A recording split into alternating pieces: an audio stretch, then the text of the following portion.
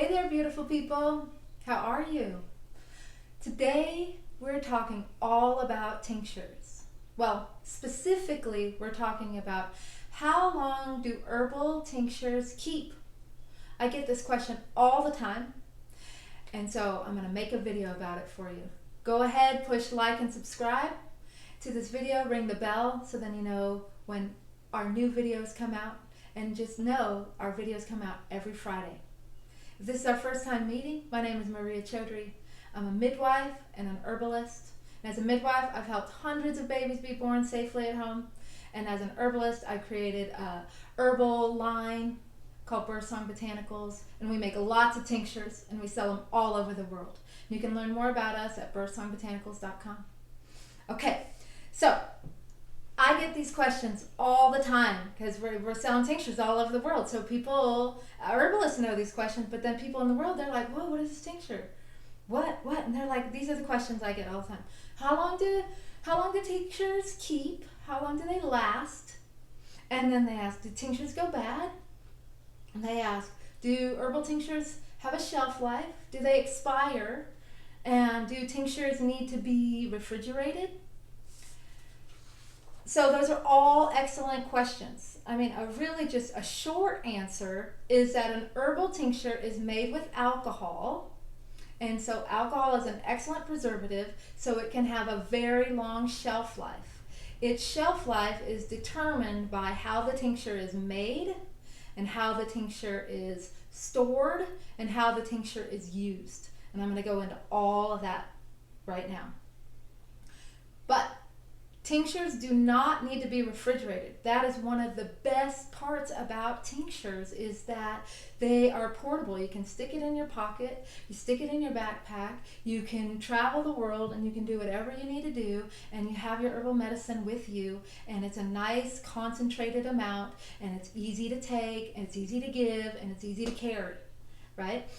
So, as an herb company though, where there's an industry standard. Anytime you're making an herbal supplement that goes inside somebody's body, you have to put an expiration date on it. So as a general rule in the herb world, they say tinctures have a shelf life of 5 years. I want to break this down just a little bit. Okay.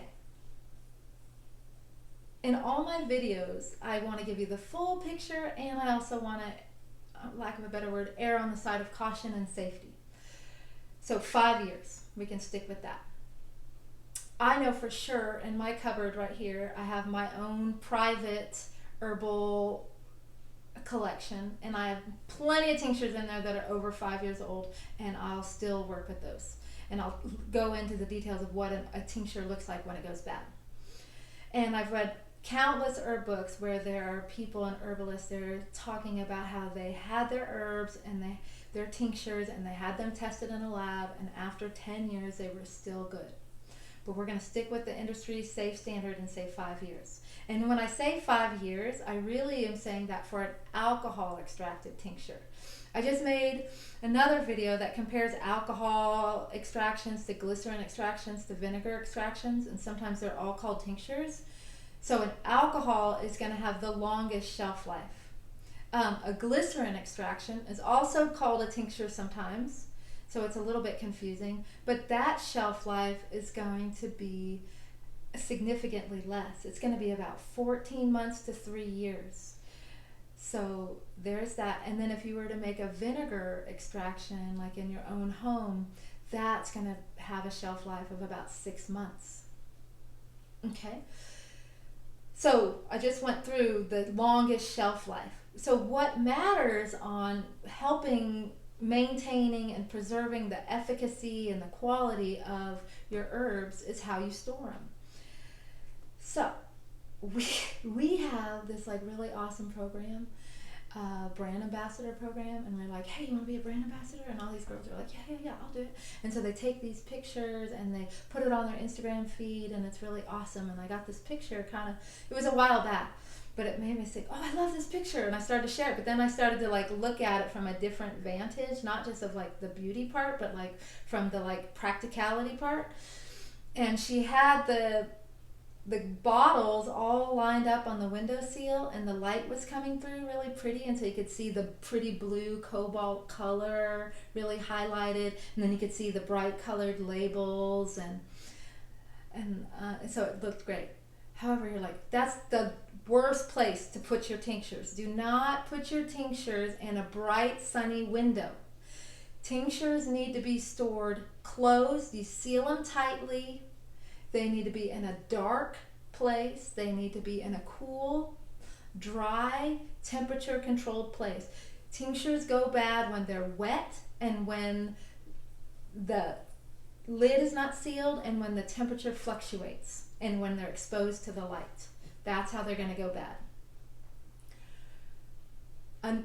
How the tincture is made is going to affect the quality, like I just talked about. An alcohol tincture is such a strong preservative that it's going to be pretty hard to believe that if the tincture was made correctly, that there's going to be a bunch of mold or yeast or bacteria growing in an alcohol extraction, right? So what you use to extract it is going to make it last longer.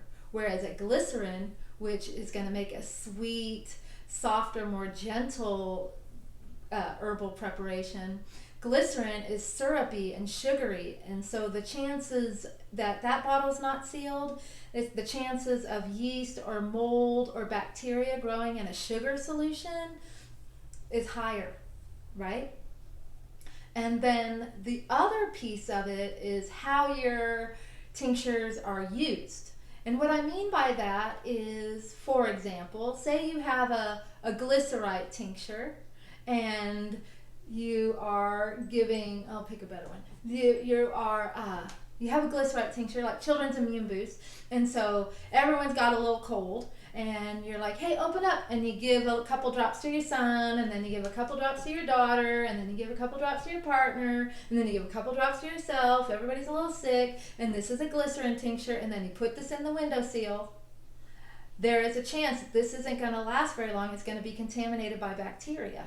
Much higher chance than if you utilized an alcohol tincture, right? Because alcohol is not going to let the bacteria.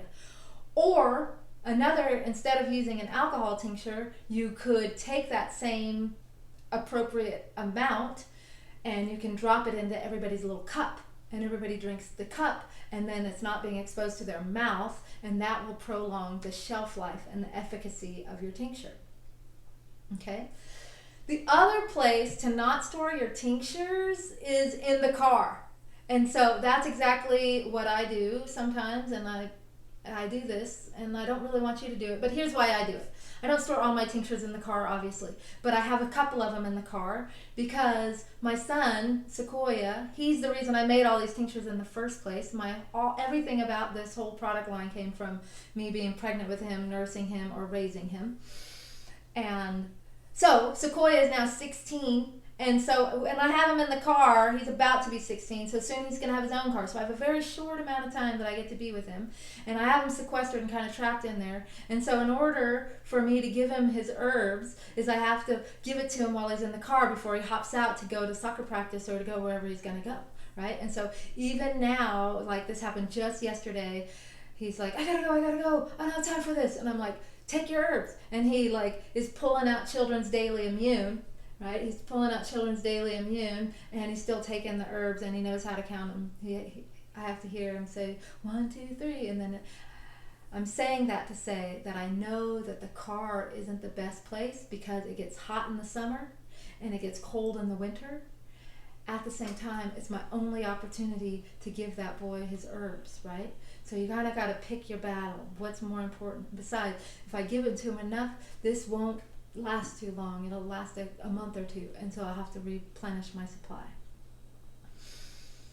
The other thing I want to say about herbs really is no matter what you do, as soon as you pick the plant, the potency is going to start to diminish. I mean, time eventually will just deplete the plant of its resources. And so you're going to try to preserve it, right? And so how you're going to try to preserve it is you're going to extract its properties, right? You're going to extract it with all these solvents, and these solvents are going to preserve it. So, we talked about alcohol and the glycerin and the vinegar, You can like extract it. You can also extract herbal preparations, other types of preparations with water, right? You can make a tea and you can make a tincture, or sorry, make a tea or an infusion or a decoction. Those are only going to last like a day, right? Or you can extract it in oil. That'll be like a salve or an ointment, and that'll last maybe 6 months to a year. Or you can put it in honey and make a syrup. That'll last maybe a month, refrigerated, right? Or you have an alcohol tincture, 5+ years. Glycerin tincture, 3 years. A vinegar, 6 months. And so what you're using to extract it really matters. But regardless of what you use, eventually time will pass and the efficacy will make the tincture become ineffective. So when you have an alcohol tincture specifically, when you're looking at it, you might see it become more cloudy, and you might see particulates in the tincture that you didn't see before.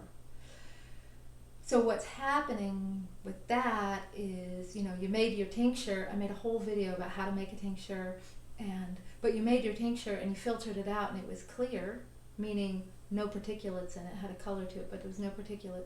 But then time passes, and then gravity, and then these particulates start to solidify and they settle. And so when you shake it up, you see it has a little bit of particulates. That in and of itself isn't a huge deal. With an alcohol tincture, probably the worst thing that can happen if it's stored correctly and sealed tight is that it's just not as effective anymore. It's just not as potent. Now, other times, this happens with alcohol tinctures also, but it primarily happens with glycerite tinctures. Other times, the time passes, and sometimes a tincture isn't even out of date, but since glycerin is utilized in resinous plants that smell good, taste good, there's a resin. It's a volatile oil. And so just like before, the plant was pressed and filtered and you have this liquid, and then you put the liquid in the bottle, time passes and these resins, they rise to the top. These volatile oils rise to the top, and what it looks like is there'll be sometimes kind of hard to see on this one today, but there'll be a dark line around the top of your dropper, and that is most often going to be a resin line. But a lot of people confuse that as mold. So you're going to have to read the ingredients and look at the expiration date. So if you have a glycerite that's way past its expiration date, there is a chance that it's resin still, but there is a chance that it's mold on a glycerite. But if you open it up and it's within date, most likely it's going to be resin on your bottle. And so all you have to do is wipe it off and shake it up really well, and it'll be fine, right? Okay, what else do I want to tell you about storing tinctures? Really, that's the most important thing, is just don't put them in the sunlight, don't put them in a fluctuating place. And this video is a component to a whole video series that we made and a blog post that I wrote about everything you need to know about tinctures. And so I encourage you to go to that blog post on our website, and while you're there you can check out our tinctures. And since you watched this video, I want to give you something, and it's a code. You can put the code, the word tincture, Tincture, all caps, it has to be all caps, in when you check out, and you can get 10% off any one of our tinctures, which is pretty good. Also, if you want to learn more about how to make tinctures, how to dose tinctures, then you'll want to see the next videos that pop up on the suggested videos, or you'll see them in the links down below in the description. So go there, and I really encourage you to push like and subscribe, share this video with your friends, and until next time, my friends, drink deep and always walk in beauty.